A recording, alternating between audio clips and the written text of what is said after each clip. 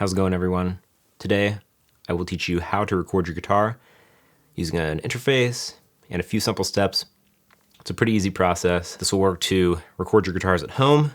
You could maybe even do it in the park if you have a laptop, or maybe in the car. Hopefully you're not the one driving though. All right, let's get into it. So the first thing we will need is an interface. This is the Universal Audio Aero. It's very similar to the Universal Audio Apollo, which is what I use for my main interface. So for a portable rig, I got one of these. The preamps are the same as the Apollo. Conversion is the same as the Apollo, so it's very high quality, though it is a small box, which is pretty cool. It also has outputs for speakers and a little input for guitar right there. So this is pretty awesome to record guitars at home.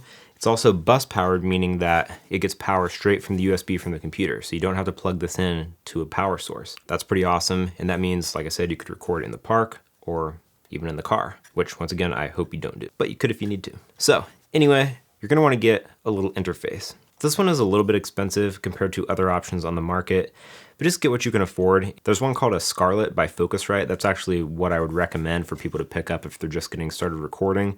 So check that one out, and that one will be perfectly fine to start out. So once we have our interface, we want to plug it into our computer. And that will usually be USB or Thunderbolt. So you're gonna plug this right into the back of the interface. And it should fire up. Once we have the interface on, we can plug in headphones into the front jack, or we can plug speakers into the back jacks. The next thing we will do is plug our guitar cable straight into the front of the interface. Once we have that plugged in, we're going to want to set our guitar recording level. So to do that, we're going to go to the correct preamp. In this case, it's going to be channel 1 for me. And I'm going to just play guitar, and we're going to see the level coming in on the meters. As we can see, we have a red light there, meaning that this signal is clipping, and we don't want that to happen. That's going to be this really bad sounding kind of gross distortion sound, not like good distortion, but gross distortion. It's called clipping, and we really don't want that to get a clean signal. So what we're going to do is turn our preamp down. And a good way to test is do some like palm mutes or something with some low end. That's going to take up a lot of that headroom. In ways that higher frequencies won't. So we're going to want to play about the hardest that we're going to play in the track, and we're going to want to set our level for that. Usually we want to be maybe just where it's starting to turn yellow on the meters. So that's looking pretty good to me. Let's get into our software and get an amp set up. Got up to record and Ramses took my chair. So once we are in our recording software, we will want to go to our preferences.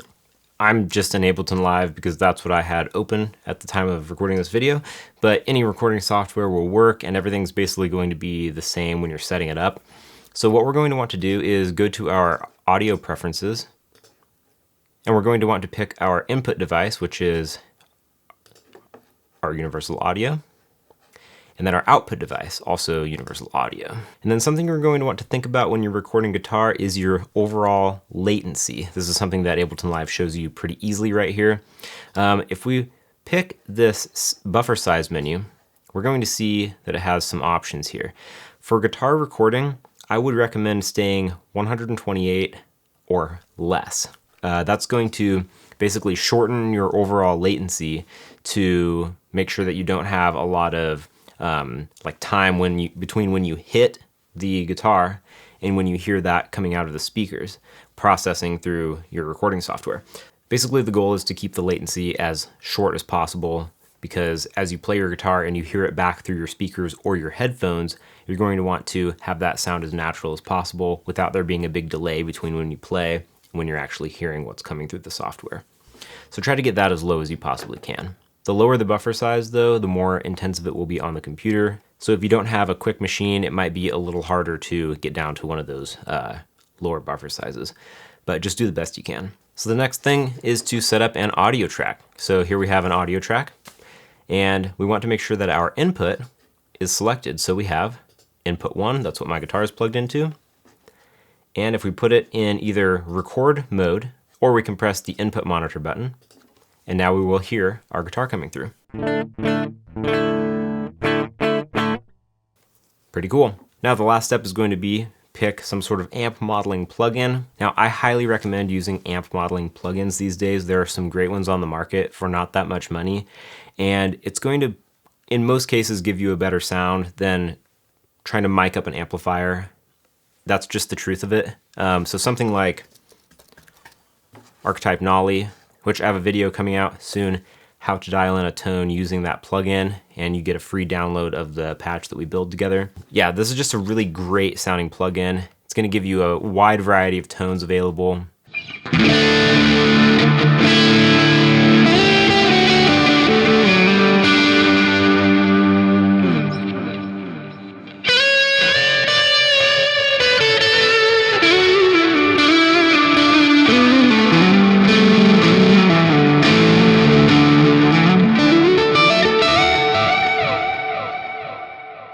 You'd be hard pressed to get that type of tone miking up an amp in your room. So once again, it's pretty easy to get amazing sounds out of these plugins. I highly recommend them. Also, every software these days comes with stock plugins that have great tones, so just start out using those if you can't buy another plugin right away. Now we want to record some guitar, so let's do that. Pick a spot on our timeline and make sure we are record enabled. We're going to press record.